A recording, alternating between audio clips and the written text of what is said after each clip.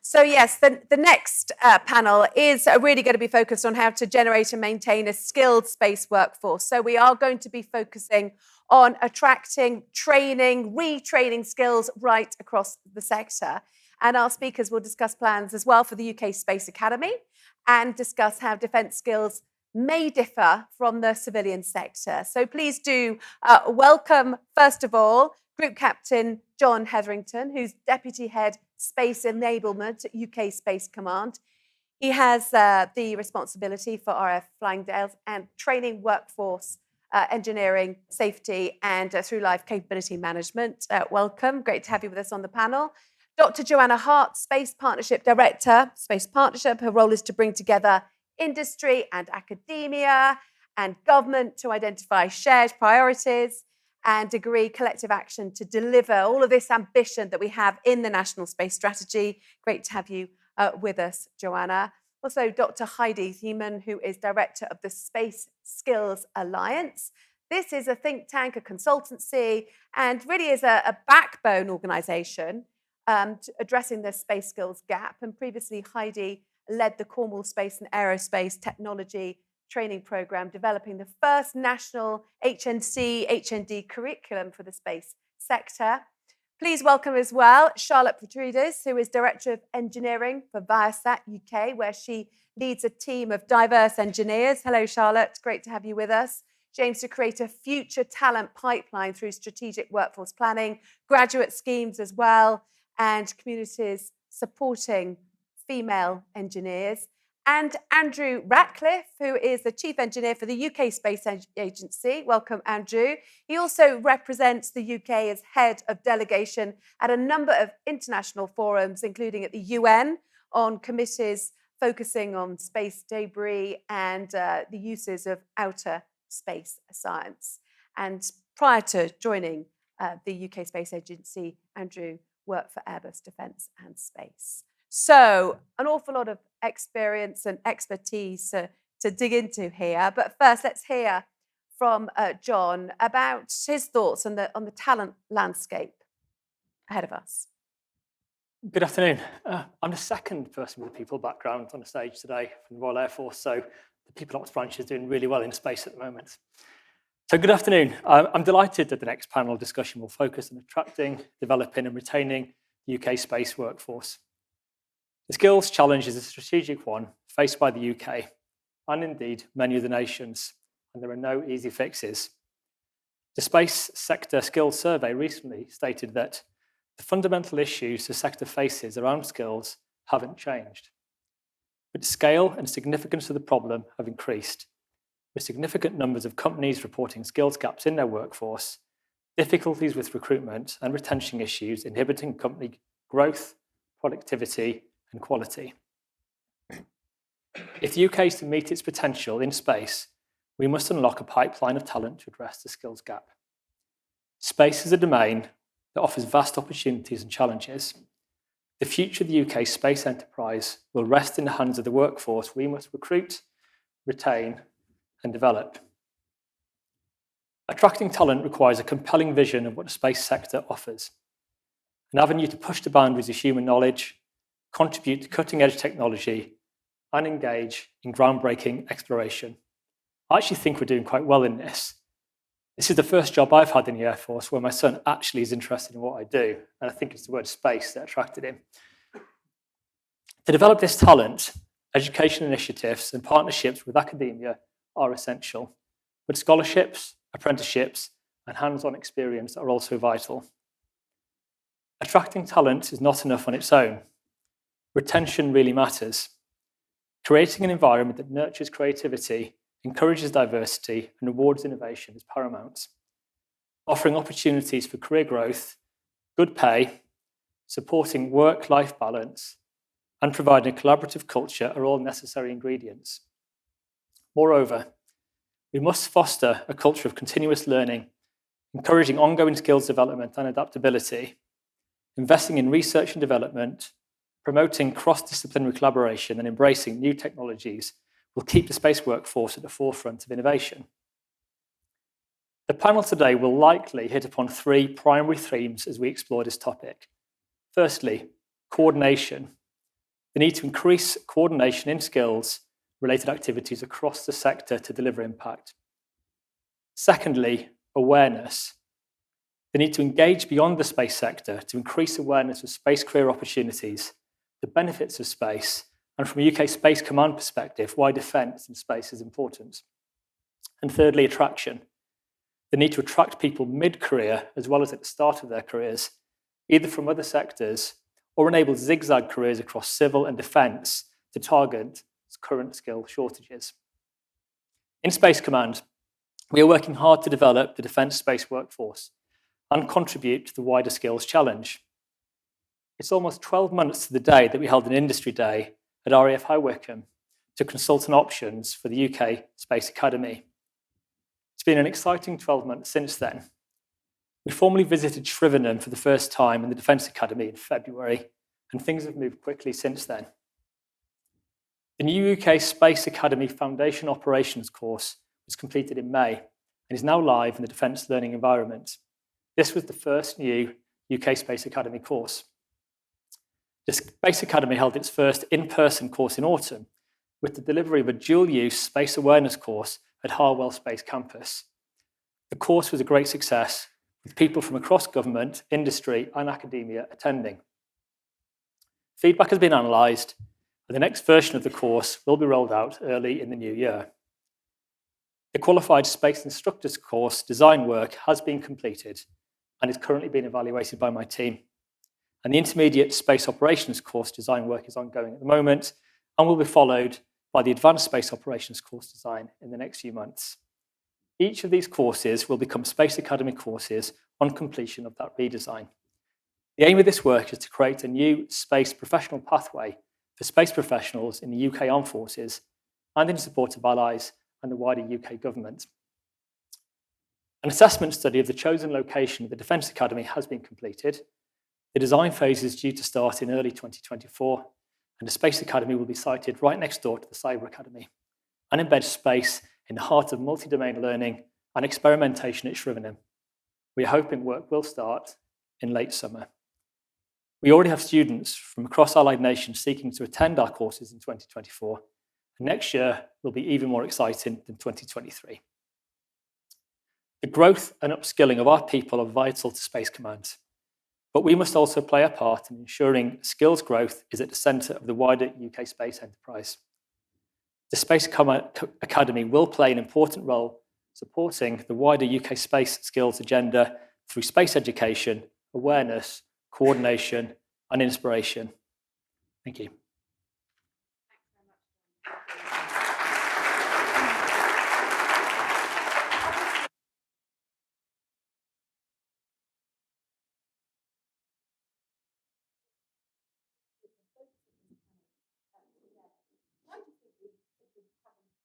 This yet? I mean, what needs to be done?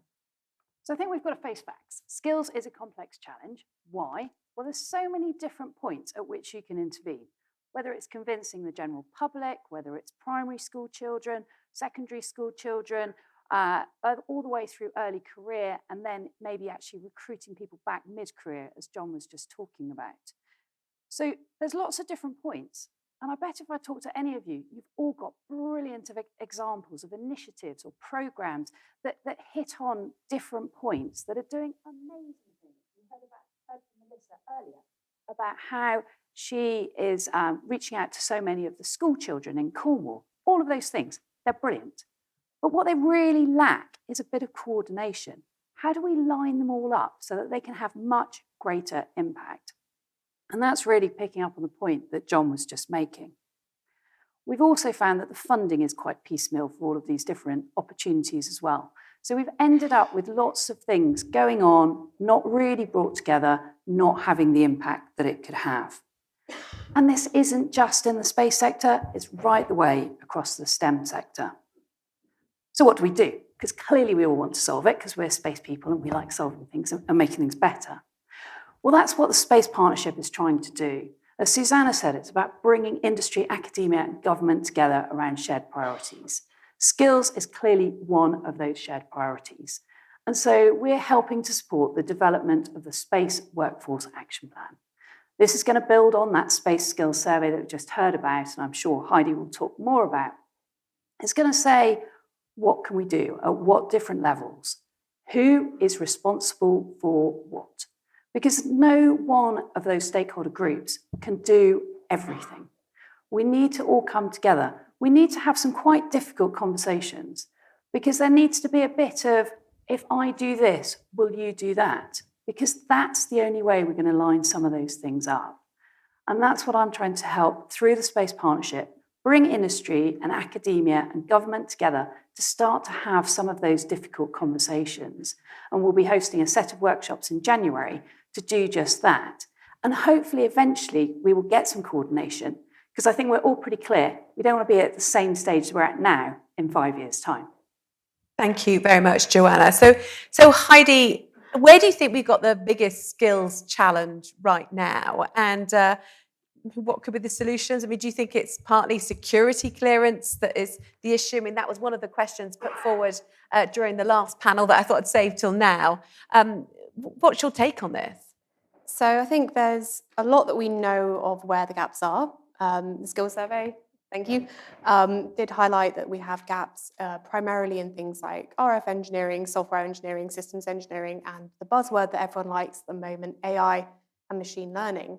My mum's a vet, so AI means a very different thing in that world when I talk to her about it. So we kind of know where the gaps are, and we have a lot of data about the skills gaps themselves. Something we don't have much information on at the moment is the impact of security clearance, which is required in this sector for many jobs. We don't know whether it's holding people back or holding companies back from accessing talent, or whether it's not actually an issue. So it's something that I'm really interested in having conversations about later. But I think what illustrates this as a concern really well was a conversation that I had last week with a lecturer at the University of Bristol. And she said that the reasons, or because of the way that university degrees have changed in funding in the last 10 or so years, means that universities are currently facing a shortfall of cash.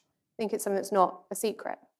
Now, to fill that gap, they are primarily recruiting from foreign students. They're trying to get foreign students in who can pay much higher fees, and they can fill the funding gap. That means that at the moment, a student applying to an aerospace engineering degree at the University of Bristol, a kind of British national student, has 16 other students competing for that place, kind of a 16-to-1 kind of competition there. But it's different if you are coming in as a foreign student and paying. So what this means is about half the students on courses like that can be foreign students. And that's great. It's brilliant for diversity. It's brilliant at bringing in lots of different people. The problem lies in the fact that a lot of the students then either leave and so they go back to their home countries, and great, they share their knowledge. They share kind of the UK's soft power of education. But they then cannot often get security clearance and work in some of the roles that we really need them to. And this means we're training a lot of people that we can never, ever recruit from.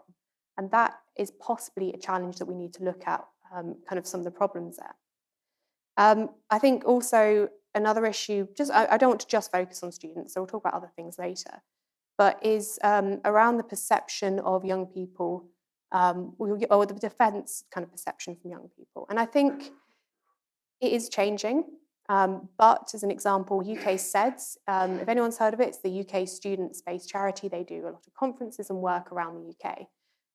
When they have had sponsors from defence, like BAE Systems, they have received lots of vocal complaints from students that how dare space gets involved in defence, how absolutely dare they, it's awful. I think we can probably all appreciate the irony of that. But what this means is actually the talent pool is then becoming more narrow. And we all know students can be kind of quite activist about it all. But it's just thinking, how can the influence of social media, some of those discussions, influence where we can recruit from and who we can recruit from? I think there's just a few points we want to be aware of there. I think there's lots of points I can pick up on later on, so I'm going to save some of them for later, and hopefully that provides some of the answers. Yeah, thanks very much. Real food for thought there. So, Charlotte, how crucial are industry efforts to support STEM in early careers, and how can we move the dial as far as graduates are concerned? Because a question has come through to say I've recently graduated and it was very difficult actually to find openings in terms of the opportunities being available. They were very limited. What more can companies do to facilitate early careers? Because clearly there's some kind of disconnect. You need the staff, but they don't know where to find you. Absolutely, and I think the gap that we've all spoken about today of the rise in tech company and the growth in the tech industry, not just the space industry, is only growing. So the rate of graduates is actually not growing with the rate of jobs in this sector. So we need to make sure we not only focus on those graduates and those late career entries, but also on the early careers, which are often overlooked when we talk about STEM activities. But we need to have a multi-tiered approach. So we need to talk to those in primary schools and make sure that they're inspired and know about all the different types of jobs there are in the space industry. And also talk to the secondary school students about the types of STEM activities they need to follow and routes into careers that aren't traditional engineering. We've heard a lot today about all different types of routes into the careers that we've all got today. So I think those types of early careers talks are even more important. And when they do choose graduate STEM degrees or other entries of routes into the industry, then we absolutely need to make sure we retain those good skilled people. And to do that, we need to offer those graduate schemes, give them those entry routes from graduating into industry and make them interesting. Don't just give them gradmin. And that was a term I heard from a graduate from an unnamed graduate scheme about the type of work they often get given when they come into these industry placements. I think in partnership with other people we could talk to, different types of end customers, having placements, not just within rotating around your company, but other types of rotations, I think would really help move the dial in terms of graduate schemes. Okay, thank you. And Andrew, let's look at this from the government perspective, because of course you really need to kind of have the education and skills up so that from a government perspective that you have staff with the right technical skills who are going to be able to ask the right questions when they're involved in procurement, for example, so that they're informed customers. And how much of a challenge is that at the moment? Yeah, no, thanks very much. As mentioned, my name's Andrew Ratcliffe. I'm Chief Engineer at the UK Space Agency, and my thanks to the team for inviting me along today. To set a bit of context, I work for the UK Space Agency, and as many of you know, we deliver, along with the Department of Science, Innovation and Technology, the National Space Strategy. Within the agency, we have 8 priorities, so working from everything from launch, so establishing the first launch from the UK, all the way to sustainability programs. And then within that, I lead and establish the Office of the Chief Engineer. So we're a group of engineers that work at the heart of the agency to really advise on the technical readiness of our programs, so particularly on our national programs. So we're providing that insight, that informed customer role to ensure that when we're specifying work or when we're developing policy, it's evidence-based. So some of the challenges that I've faced, having grown the team from myself and bringing engineers to the agency, I'd first say finding system engineers, so engineers that have a broad set of understanding of the space domain, who have an understanding of a wide set of subsystems. And it was highlighted in the Space Skills Survey recently that was obviously the second area of significant gap.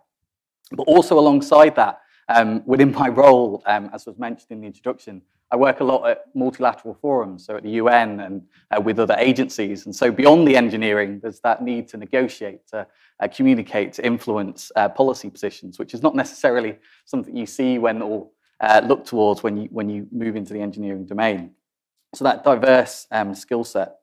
I'd also say the other challenge, particularly within government, is leveraging resources flexibly across government. So there's pools of engineers and understanding and skills across government, whether that's in Space Command or DSTL or the agency or the CAA, but accessing that cross pool of talent and bringing them onto programs and striving towards delivery together and collaborating is quite hard. We've been quite successful in bringing secondees in from DNS into the agency, and that's been brilliant. But I think there should be more collaboration to have that wider pool of talent.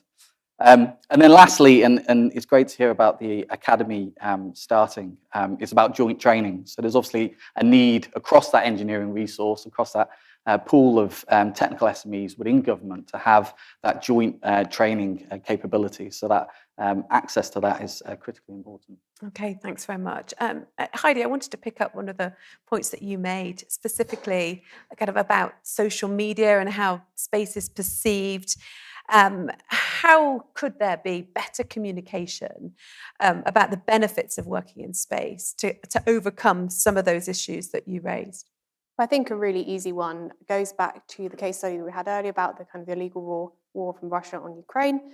When people saw, and when the public saw those images from Planet Lab on the front page of newspapers, and they could pinpoint atrocities that Russia committed, they really got the fact that satellite data can be used in kind of active war zones to really benefit people. And when you get that evidence in front of you, that is a fantastic way of saying, look, this is the real impact that space has, and this is the real impact that defense has, and we can do this in real time. I think otherwise, everyone loves astronauts and rockets, and it's all fun, but that's so detached from everyone's day-to-day life that actually we need to be communicating what impacts them now, what impacts the actual security of where they live, and how we can do that with just a simple satellite image. I think that's probably the simplest way of sorting it. And do you think that kind of moved the dial in terms of the ethical considerations of some of those students who didn't want to pursue a career in space because of their concerns about the crossover into the military zone? Yeah, absolutely. And I think it also builds on the diversity point as well. So I think I'm not going to say that there's good or bad evidence on this, but I think the general idea is that, for example, girls at school are much more likely to want to do geography or things like that, where they can see a benefit to helping. It's kind of that maybe it's a stereotype, maybe it's evidence. I'm not going to completely claim it right now. But when you can say, hey, look, satellite data is being used to help in the war zone or to mitigate the risks of flooding or actually search and rescue, that's where people who maybe aren't so interested before actually become quite interested, because in their eyes, it's a different way of interacting with defence than it kind of maybe is the stereotype in their mind. Thank you. So, Joanna, from your perspective, what's limiting recruitment? Do you have kind of evidence of this kind of ethical concerns coming through? What other obstacles are there? So I think we've got to unpack this recruitment issue piece, because it's very easy to talk about inspiring more people and bringing more people through. But if we look at the data, when I was working at STFC, we had 25 applicants for every single apprenticeship. We had 40 applicants for every graduate role. And if you went to the RAL space roles, sometimes they got into the hundreds. So there is plenty of demand. And I think like the question said, there just aren't enough opportunities. I would challenge this audience to look at their organisation themselves. How many people have you recruited at apprenticeship and graduate level this year? How many mid-career people have you, or roles have you advertised? And if we're not bringing enough people through at the early stages, giving them that experience, in 5 years' time, we still won't have all those mid-career people that have that 5 years of experience. And when we look at the data from the Space Skills Survey, it's mid-career where everybody is hurting. And I mentioned with the Space Workforce Action Plan, we're going to have to have some quite difficult conversations, because industry's hurting at mid-career. That's where they can't replace. That's where their focus is. That's where they want interventions. Yet actually, the only people that can really give that experience is industry. So there needs to be a bit of quid pro quo, a bit of a conversation with government and academia about how we can bring all of this together so that everybody does their bit. And that's where that Space Workforce Action Plan will hopefully come in as we go through next year, have those discussions and hopefully publish at some point next year to move that forward and have that debate. But on the ethical point, I did host the graduate stream at Global Milsatcom, and there were quite a lot of questions. And I think it's being a bit more proactive about that messaging, getting out there and saying, this is about protecting your family, talking to people more.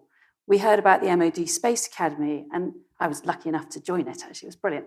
But the great thing about it was really understanding John's objectives. I didn't really understand, I've met lots of defence people, but where were they really coming from? What did they think about? How did they come at it? The skills, the knowledge, the behaviours, all very similar, but the application is very different.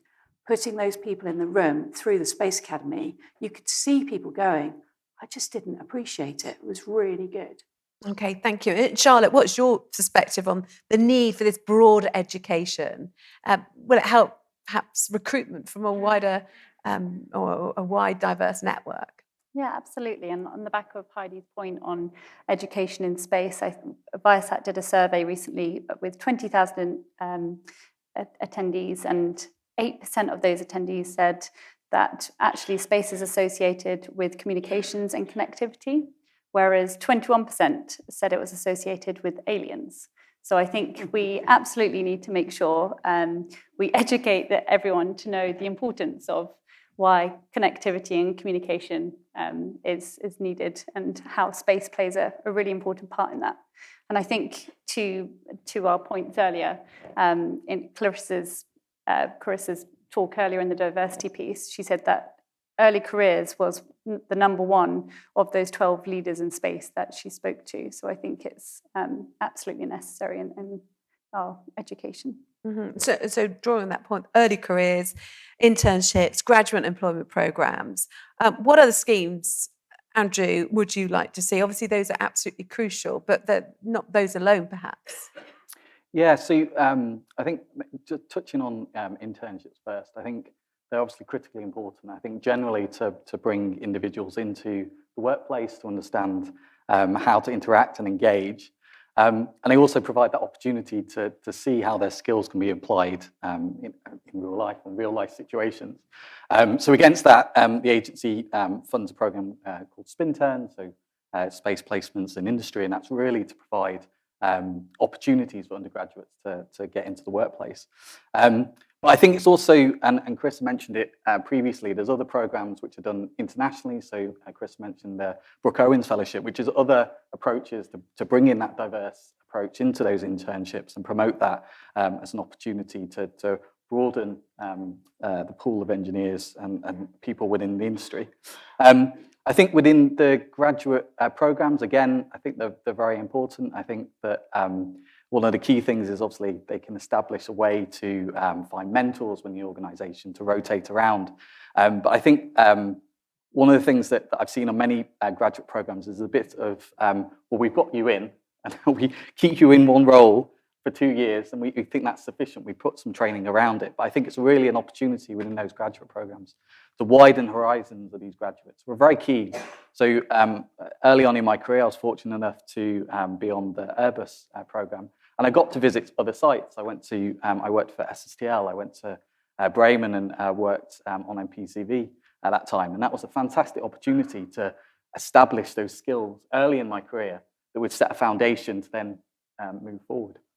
And I think other things that are missing, I'll just close, is that it's practical experience. So again, I started my career as a propulsion engineer.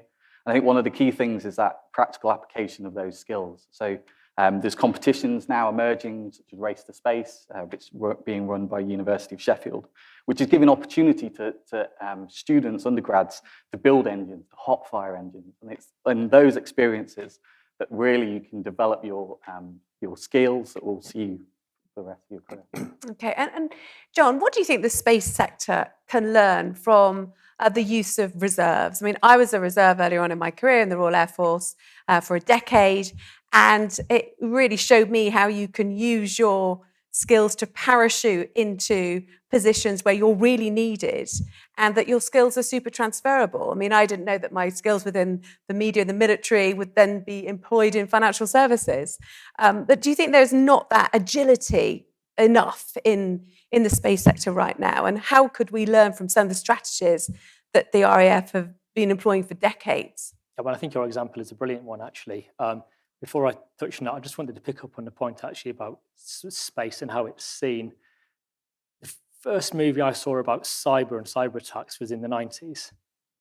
I think at the same time, Independence Day came out about an alien invasion. That might explain the alien fascination with space.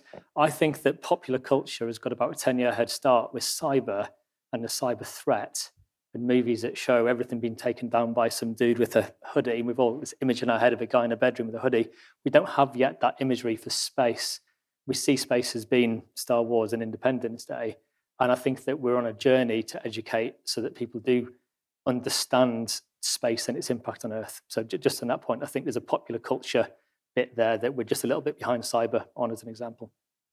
In terms of reserves, yeah, it's a brilliant example. So we're at the start of our space reserves journey in Space Command, and what we're seeking to do through reserves is to target skills gaps that we have in the UK military space workforce. So it's been able to identify people that have unique skill sets or backgrounds that can come into the organisation as a reservist and use those skills to give us an advantage, particularly in areas where we don't train our own people to do it. And many of the people in defence will join, we train them, and they come in bottom up, and then we train them through the organisation, they get their experience, and then they subsequently get posted to different roles. What reserves allows us to do is to take somebody that's got a level of experience that we don't have, or we don't have the capability to train our own people to do, bring them in at the appropriate level, pay them appropriately, but give them an exciting opportunity to do something in a different field, but linked to what they do in their profession. We've set up a Space Reserves unit at RAF Leeming. We've got our first recruits coming onto that at the moment to provide support to the command. We're also talking to a unit up in Scotland so that we can have a similar opportunity up in Scotland to recruit reservists. And we have everything from space weather to intelligence and that wider skill set, actually, that you mentioned earlier, that my team's a really good example of that.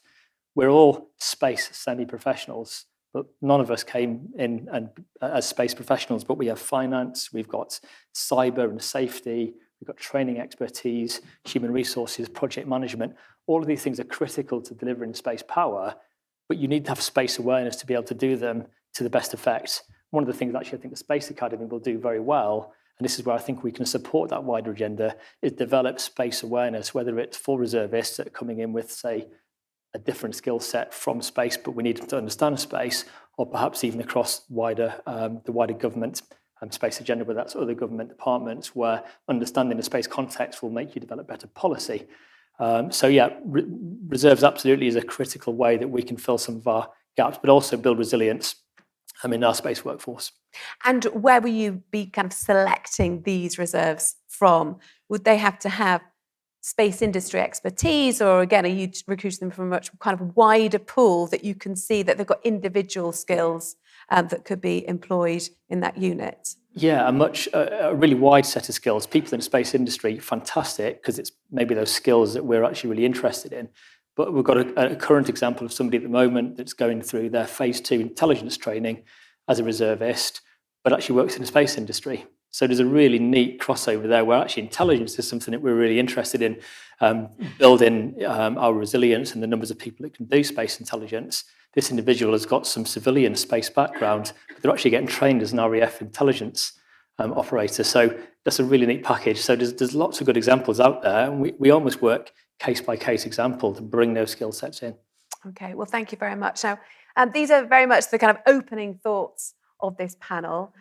We are going to go break for coffee now. I know you've sent through some questions already that we'll get into, but do have a think over coffee. If there's anything specific you'd like to ask our panellists, and do come back and fire up the Slido and send those comments through. But for now, I'd like to thank our panel, and do take the opportunity to network and chat. Thank you.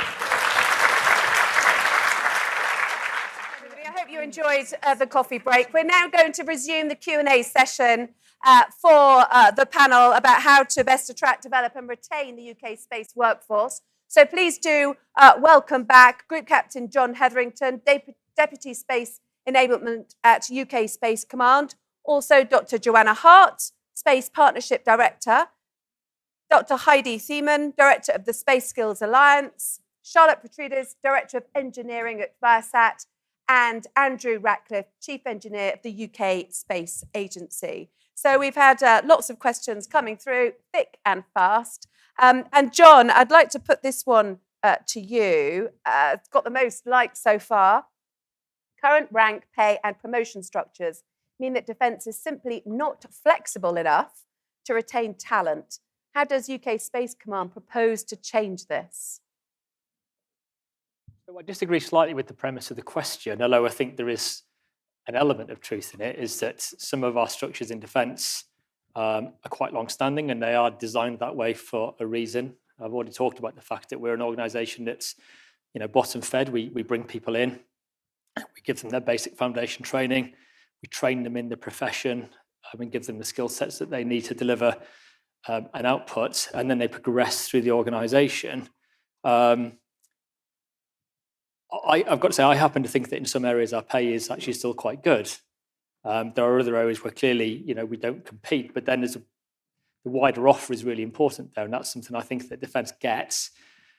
The first thing is, I think this stuff is actually quite simple. You need to give people a role in a career that they feel is doing something important and they can be proud of, and it excites them, it makes them want to get out of bed in the morning. So that's the first thing. Then you need to pay them fairly. And I don't think defence will ever compete with the best paid organisations. But then if you give people enjoyment at work, if you give them the freedom to innovate and to excel, if you give them opportunities to do things that are interesting, that are outside of their comfort zone, like adventure training and sport, something again that we do really well in defence, and if you give them the opportunities to test themselves and really challenge. The other thing built in defence, people talk about zigzag careers, but I'm sat here, and if you said to me when I was an air cadet, I think often called space cadets, ironically, that I was going to have served in Iraq looking after prisoners of war, that I was going to have looked after the infrastructure of RAF Thiemann and maintained the runway, that I was going to have served in Afghanistan and looked after all the contracts on the base there, that I was going to play football on every continent on Earth, that I was going to skydive, and that would end up in a Space Command as a space semi-professional, sort of Vauxhall conference level, I think, then I probably wouldn't have believed you. So actually, by being in defence, you get a zigzag career because there's a huge variety of things that you can do, and they don't have to be within your chosen profession. And we've already had that today from SAS, who is a personnel officer by background and is a qualified space instructor. So I think there's a lot that we do well in defence already, but it is acknowledged that there's elements of that we need to modernise, and some of that is flexibility. One of the things in the Air Force we've recently introduced is professions, which is where we've tried to look at all of the kind of legacy trade structures and officer branches and create a series of professions that are much more flexible in terms of how you can progress through them, to give people professional qualifications that go with them that are relevant to their potential future roles in Civilian Street should they choose to leave, but also gives them much more flexibility in employment, where you look at people's key skills rather than necessarily, to use the Army expression, the cap badge that they wear. I know the Army and the Navy are doing similar things as well, where we're trying to employ people much more flexibly. But when we have the same issue as has already been discussed already today, which is there is a strategic issue with skills and employment, I'd say across the Western world, actually. It's not just a UK problem. And we're not immune from that. So we have got big challenges alongside everybody else to deal with. But I do think that we have some inherent structures that are actually quite good that could potentially help us deal with that challenge going forward. There's another comment really about the fact that there's a very top rank heavy number of personnel in Space Command. So are you attracting the right talent across the board? So again, Space Command, and it's easy to forget this, is still a very young organisation. And we've come a huge amount in a very short amount of time. Now, sometimes to build a structure, you need to build the actual structure itself and then plug the elements into it. We are recruiting I am inundated. I've recruited 5 reservists since the first part of the panel. It's true. We are bringing people into Space Command, and I'm inundated in my day job with people that are asking the question, how do I get into space? And we have regiment officers that are coming in and doing jobs that traditionally were air ops. We've got personnel officers doing jobs that were traditionally air ops. Excuse me. We're looking at people's talent and the skills that they bring, and we're employing them in space. And the variety of professions that are across Space Command now is absolutely huge. The command has gone from a small number of people in one office to over 150 people in the space of a few months, essentially. And so I'm really confident that we're building a really diverse, but also a really nicely structured workforce. Okay. Thank you. And you brought to mind the cartoon image of cyber a little earlier. And there's a question come through. Space is finding itself in the same place as cyber 15 years ago. The industry resolved that via certifications, not degrees. Would this work, do you think, for the space sector? Let me bring you in, Joanna. Do you think that certifications, rather than degrees, would actually help overcome some of the skill shortages we have? I think the big piece is, going back or following on from John's point, is what are the actual skills that we need? Because the challenge is often we're trying to replace somebody, and over the time they've added so many extra things to their role. I mean, we all know it. We go in for one thing, but then you quite enjoy doing that, and you add it all in. And then when it comes to replacing them, your job advert has some grand title and then has this long list of requirements. What do you actually need? What are the core skills? What are the core things that come out? Do you need somebody that has really been in the sector for 10 years that's done exactly the same thing before? Or could you bring somebody in from another sector that's done something similar and then put them through an MOD Space Academy course or other to add that piece? And I think that's really the point you're saying. Do you need to have done a degree, a PhD, all of those pieces, or actually could you do an on-the-job apprenticeship? Could you do a short-term top-up course? And I think where we're struggling at the moment as an industry is agreeing what those core skills are and then building up enough demand to make it financially viable. I was just talking to somebody in the break about MSc courses. If we tell them what needs to be taught, they can design the course, but they will only do that if it's financially viable. So there is a minimum number of people that need to actually sign up. As I said, that Space Workforce Action Plan is about having some of these difficult conversations. We can magic up the great courses. There's loads of providers out there that can do it. But how many people are really going to go on it? How many people in your organisation will you put on it? Can you release them for 2 days, 2 weeks, 2 months, 2 years, whatever it is? And can we actually give that clear demand signal? And I think we've got to be honest with ourselves. What are those skills? What extra is needed? What's the delta? Okay, thank you. Andrew, I wonder if you could answer this one. What do you believe, it's come from Alex from Astroscale, what do you believe are the specific defence space skills challenges as opposed to the wider space skills challenges? Is there a branding education issue?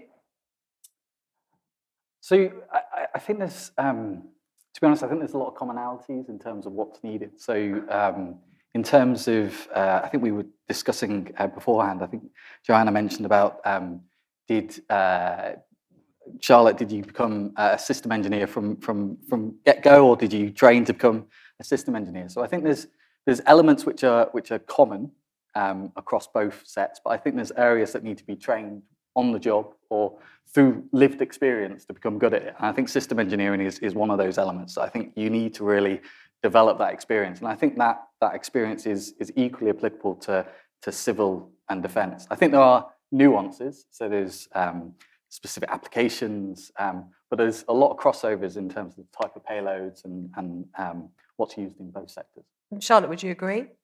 Yeah, I think to Andrew's point, on systems engineering, I trained first in space and then defence, and they are very different skill sets because of as Heidi was saying earlier, the thoughts behind what defence means to certain people. And I think it's just that awareness piece behind what defence and specifically space and defence can bring to the industry, and why the differentiation between the two isn't as negative as some people perceive it. And Heidi, what do you think the sector could learn from the experience of cyber? I think something that we've seen other sectors like cyber, nuclear do, and some have been really successful and some less so, but they've recognised that, yes, we've got this issue where we don't have enough people, we don't have enough diversity, or we have too many of this type of skill and not enough balance here.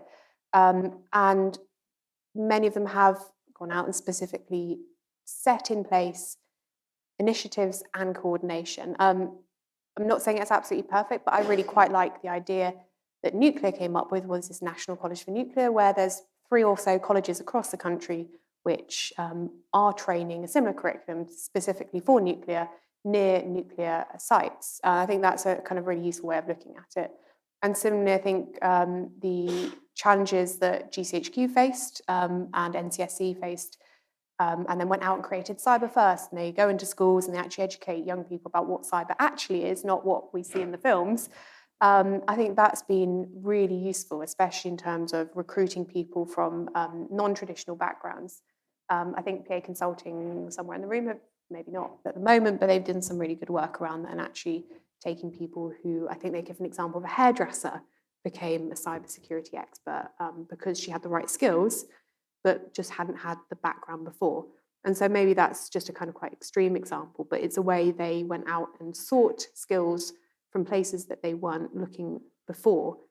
I think it's something we can learn from. Maybe we can have a space kind of version of NCSE, Cyber First, even Space First.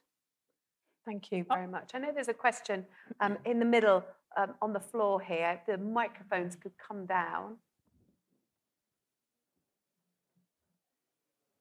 Are the mics available? Yeah, there we are. So just down at the front. Thank you.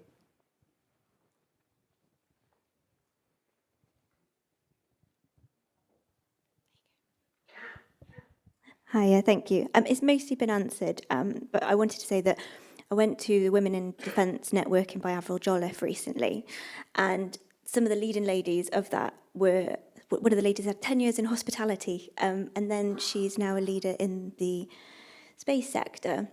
And I just want to say, like, we've had a lot of talk around grad schemes, apprenticeships, and I was saying, what is the appetite to actually bring those in mid-career? Those people that halfway through their career, they've got those transferable skills that we're talking about. And I know you mentioned, actually, we don't know what those skills are. So I think it's something that industry would, I think it'd be really good to think about. There's loads of people out there. The pool is endless, as you've said. And yeah, I would say that I think you've mostly answered it, but yeah, just to comment on that, I think, sorry. I'd say my question was, in your opinion, is there a willingness to fund that training, to bring that new knowledge and the experiences into the industry? I think the willingness is needed. So what is that then? What door do they go through? Where's the point of contact? So I am a mid-career joiner. My first career was in finance, like yours, Susanna, or switched around, actually, different order. But so I was in finance, had a big career break. I came in at 10 years ago now. How did I get in? I got talking to somebody at the Satellite Applications Catapult, and they were looking for new and interesting people, and they weren't looking for this set, long skill set, because I'd never have ticked all the boxes. And I think that's what we've got to start to change, is actually looking for those skill sets, looking for those people with different thinking, bringing different people into teams, and then actually reaching out to them. And also, you are all struggling on mid-career recruitment. You must have worked with some people who have perhaps, for whatever reason, taken a break.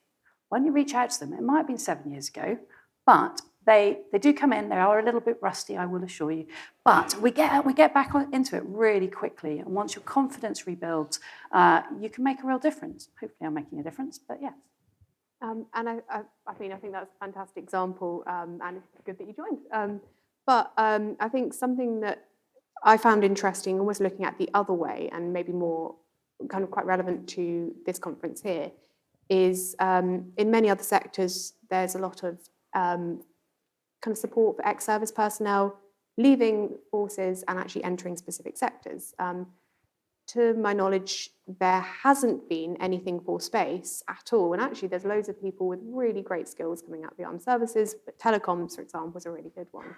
I'm not a sponsor of this. I don't know quite how the programme's working, but I've seen that UK Space have partnered with Redeployable to help people leaving the services enter the space sector. It's really new. I don't know much about it, but I think it's something that we could consider using more and actually investing in more to make sure that we do have the right skill set. We know people are trained up with the right sorts of skills, and we can very quickly use them in the kind of civilian space sector. I think another point as well is just we did a space census a couple of years ago looking at the demographics of the workforce. And we know that at least a quarter of people entering the space sector join after the age of 35. We have absolutely no idea how on earth they found out about space in the first place, or what makes them want to join, or how they kind of found out about it and got a job. So I think we do need to talk to people who joined in the mid-career and say, well, what did you do? How did you find the process? And what can we do to make it better for people like you? Because actually, that's the gap. You're saying we've got the gap at the mid-career. We need to try and fill it. Okay, thank you. Another question which has come through, very popular. Are there plans to run the academy courses for industry to align thinking and create a path from military to industry while maintaining the knowledge and skills?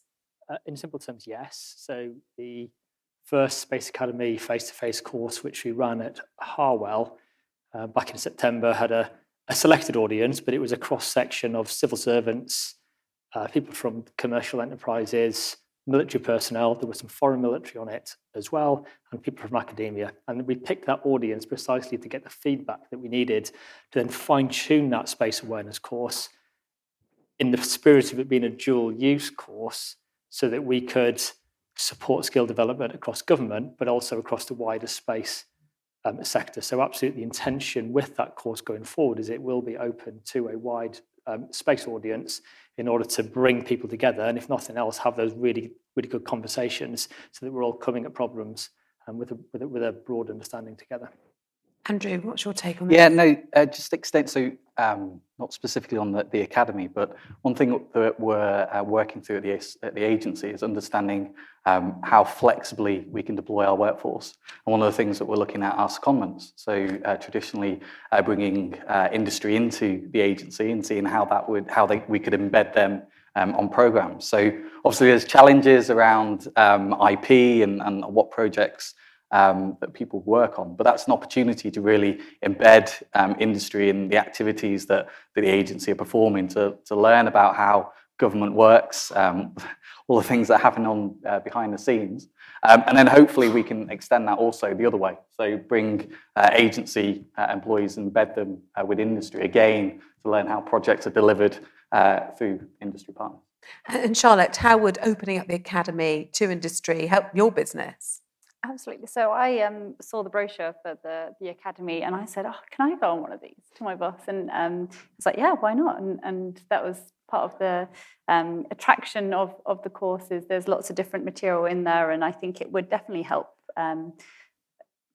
put education into the industries, because I don't think we know the same subject matters, the strategies we've heard today, and it'll be great to instill that into some of my employees and some of the people around different industries. Mm-hmm. And drawing on what Andrew said as well, the very fact that it could be a two-way street, there's a question here: is it possible to retain space expertise within UK Space Command and still reward personnel with career opportunities, progression within air, land, maritime focused services? Yes, absolutely.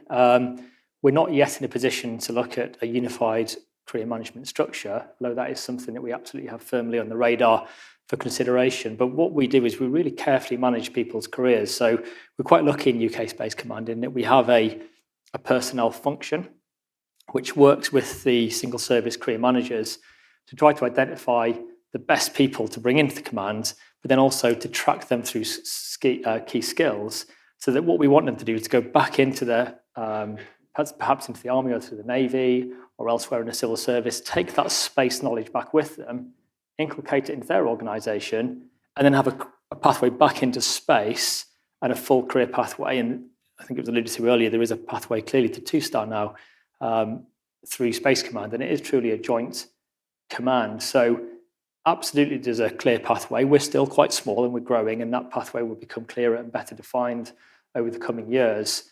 But we have started to build Space Command with that thought process in mind. So we have got the opportunity to build something from new for the first time in many, many years.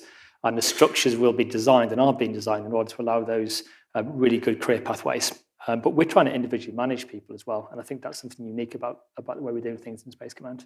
I mean, there does seem to be some frustration coming through in these questions. This one, which is a popular question, is the strategy recognised skills were an issue in September 2021. The Workforce Action Plan is due sometime next year. Is government taking skills seriously enough? I mean, that is more than 3 years. Joanna? Yes, it's definitely taking it seriously enough. And I think what has been really good about Department for Science, Innovation and Technology coming together is they are not just looking at skills just in space, they are looking at it more broadly and across the piece. But you're right, the progress is slow. And obviously, what I'm trying to do from a space partnership perspective is speed that up. How quickly can we get this workforce action plan out there?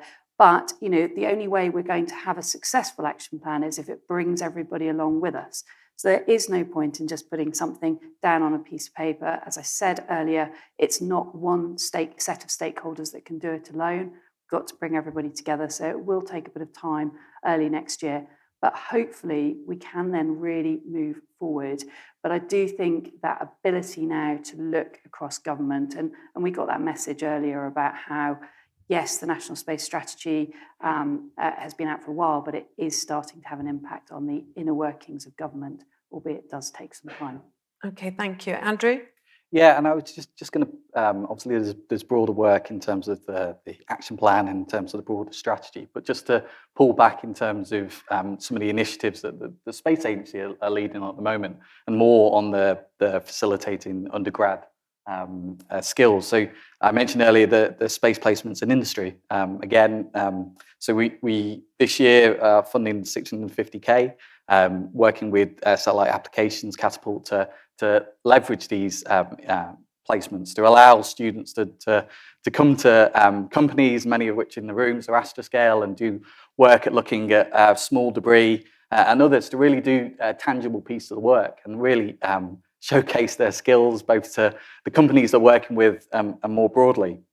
We're also investing in R2T2, so this is the Rocketry Research Training and Teaching program, which is going to fund 30 PhDs over the next number of years, and that'll be at over £4 million to really target those skills into developing propulsion skills within the industry.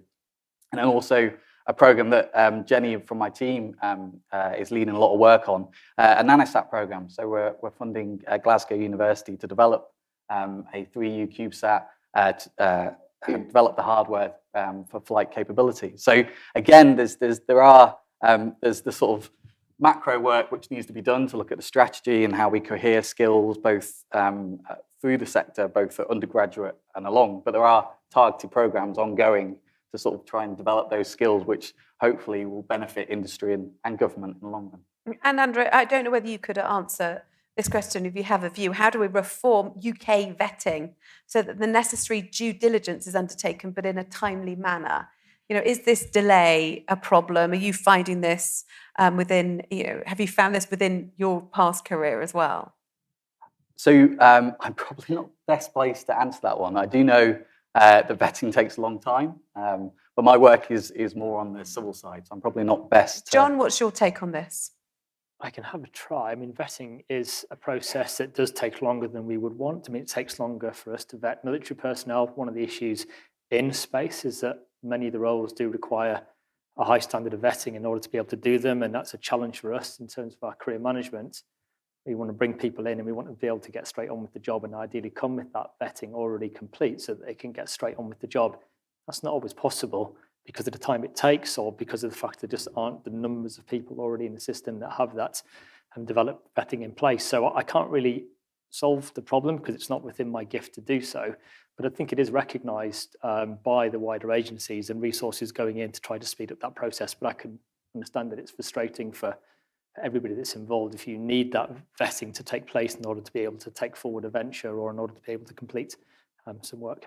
Okay, thank you. Let's move on to this question. In an enterprise approach to growing the talent base, should we be funding an academy in the heart of a military base? Or should we be taking a national inclusive view? Do you think you can still be inclusive at Shrivenham? Well, Shrivenham takes students from all over the world, from pretty much every country. So it clearly is it is an academic institution that is used to dealing with a variety of people. It trains civil servants. It regularly has commercial people that go there to learn on sometimes on courses up to a year and longer, 2-3 years. It has university and academic institutions embedded in it. Why did we choose Shrivenham? Well, there's some really simple reasons. First of all, my first priority is to train defence personnel, and I have to do that up to above secret, and there are facilities at Shrivenham that give us access to that above secret training facility. So there was a clear cost benefit there. Shrivenham has real life support, so it has accommodation, again, which is available to civilians, military, overseas students, etc. And it's also close to places like Harwell, which give us access to the space agency. But importantly, from my perspective, and I've had a conversation actually with somebody in the audience about this, it gives us access to multi-domain training with the Cyber Academy being right next door. There's obvious synergies there. And also all of the officers that go through their continuous staff training go through Shrivenham. So in terms of a defence perspective, it allows us to put space training into that staff training from junior officer all the way up through to senior officer. So that is a defence perspective. But we were asked to consider how we could make the academy dual use. We work really closely with the Space Agency and with the National Space Academy. And as I've noted, the site itself doesn't in any way restrict our ability to have students from across the whole space enterprise come and use those facilities. So I'm really confident that it's the right location. It's the right location for defence, but it is also the right location for the wider space enterprise. Okay, thank you. Heidi? Yeah, I was going to pick up on that, and I think it also links to the previous question around space agency and whether skills are being taken seriously. So it's probably a little bit contentious, but I do think space agency take it seriously. Absolutely do agree with that. But whether the funding is being put in the right place, I sometimes question. I think an example of this is actually, well, yes, I think it's good that we've got training facilities and they can be used for defence and civilian. That seems like quite a sensible use of funding. But and actually, I think launch is brilliant. But I kind of question why we're putting 44 million into 30 PhD students when we spend maybe $500,000 trying to reach out to hundreds of thousands of people to try and promote space. I think sometimes we might need to consider where we kind of balance the funding. And I would kind of raise questions about, is it the best use of funding to fund PhD students? Do we need that? Versus actually, do we need to fund other areas which are possibly more useful right now?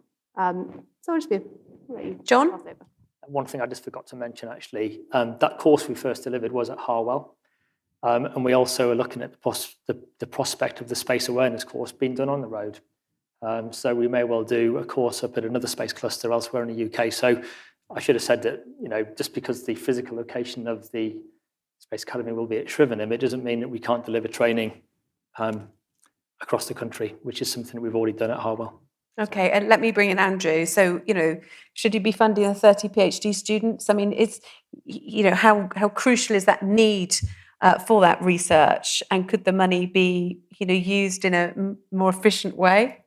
I think actually Heidi mentioned the right thing. I think it's a balance. I think we need to ensure that we're supporting research and feasibility studies and fundamental areas that will push new technology and new applications for space, as well as a lot of applications in terms of roadshows that we do in terms of launch activities to promote the sector in general. So I do think it's a balance.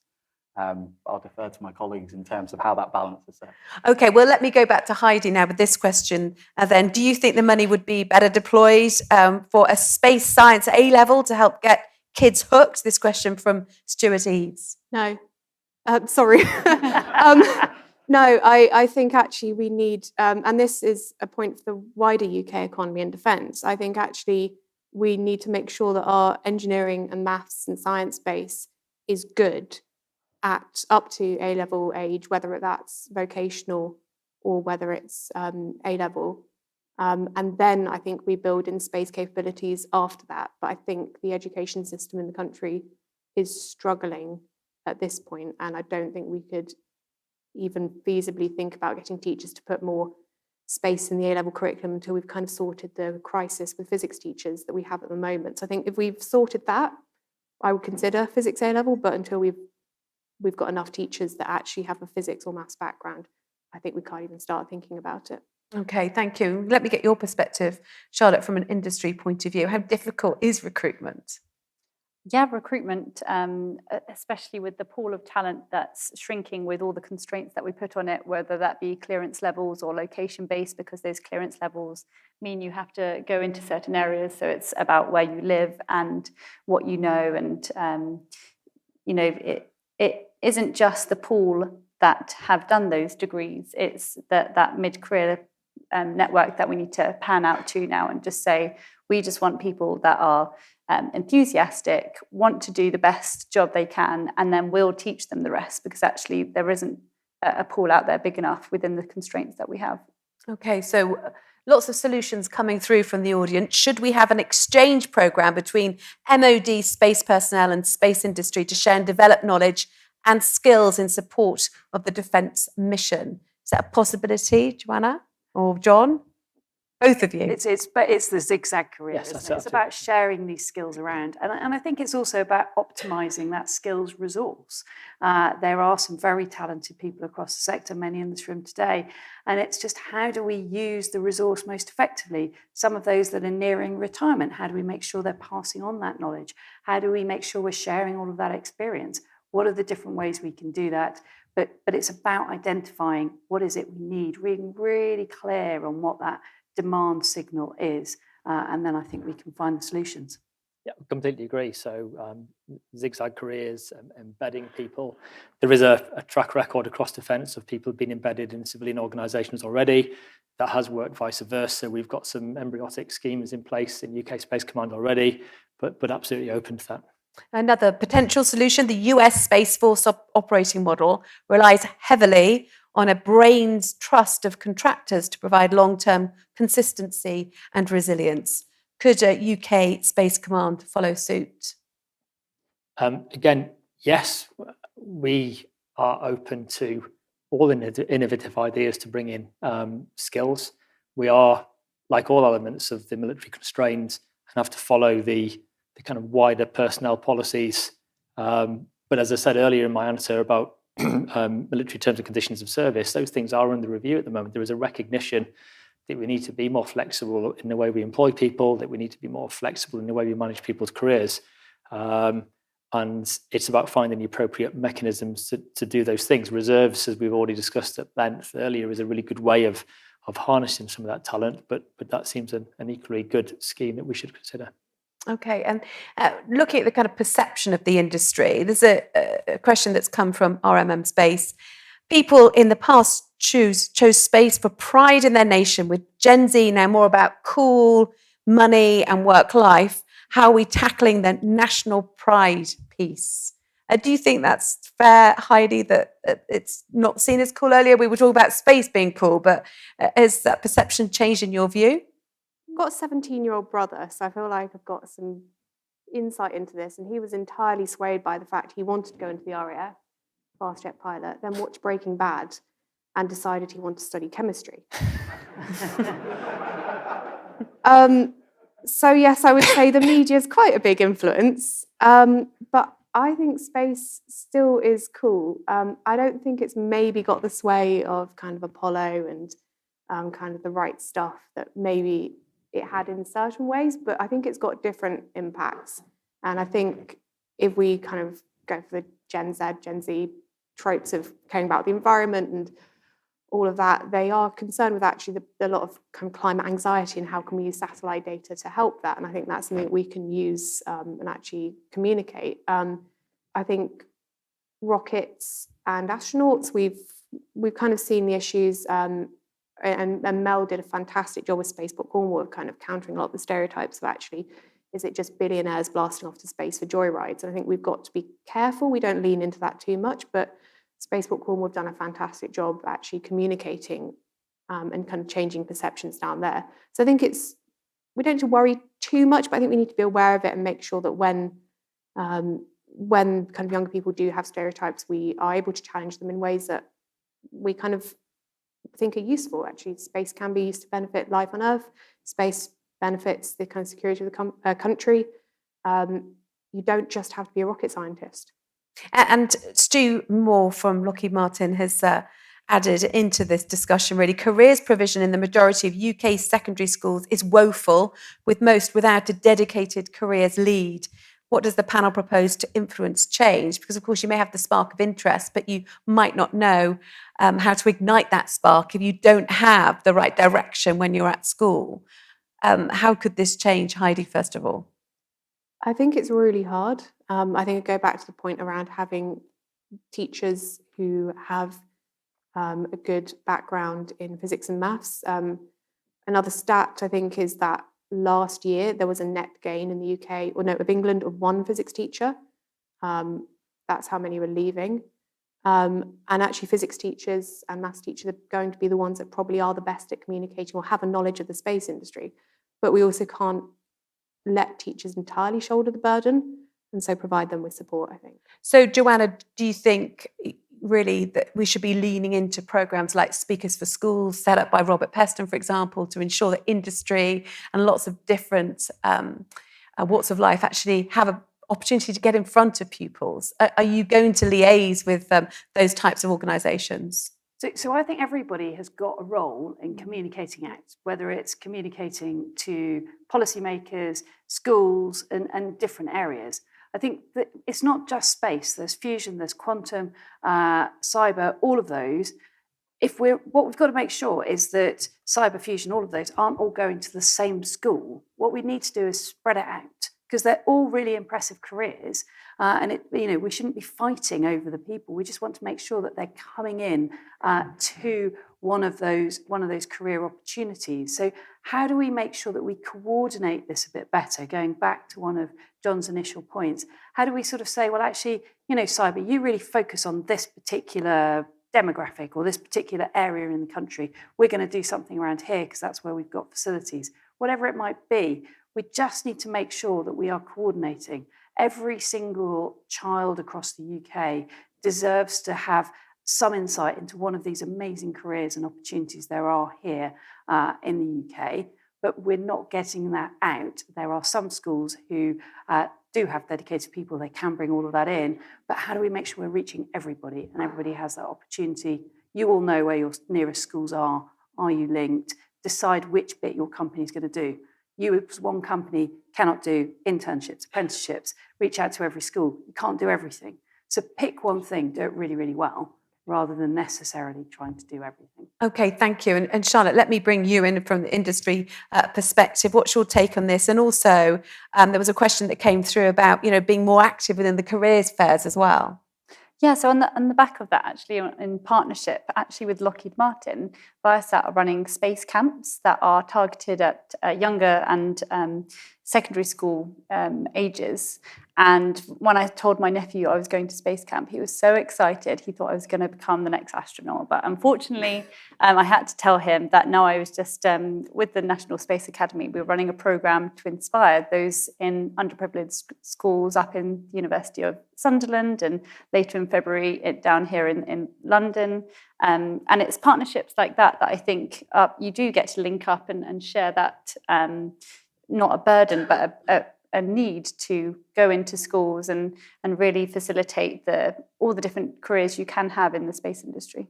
Okay, thank you. Heidi, and then I come to Andrew. Yeah. 30-second, very silly one. You walk down the high street, how many kids do you see wearing a NASA hoodie? Loads. They can all get it from Primark or whatever shop of your choice. If you ask people, do you know the UK Space Agency or do you know the European Space Agency? A lot of people say no. Can we get those logos on T-shirts? Because honestly, I think it might help with the awareness point. Thank you. Andrew. So I'll take an action to Excellent. I want to kit myself head to toe in Space Agency merch. I'll discuss that.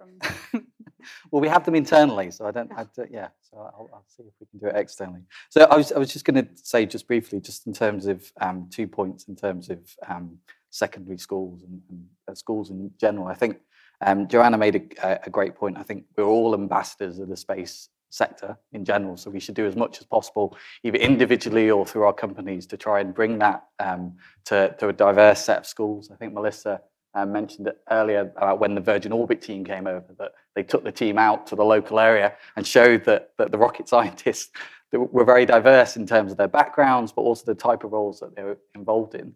I'd also say there's a lot about moments in time. So a number of years ago, I was at the Science Museum for Tim Peake's launch, And just seeing the number of school kids who are watching the launch live and seeing the excitement within them. And is a real benefit of having those moments where we can really try and inspire the next generation. Okay, well, thank you so much to all of you. That is all we have time for, I'm afraid. I wonder whether next year we'll be having that merch out in the foyer. We'll have to see. But really, very warm thanks to the panel for this really fascinating discussion. So thank you very much. Thank you. Thank you. Thank you very much.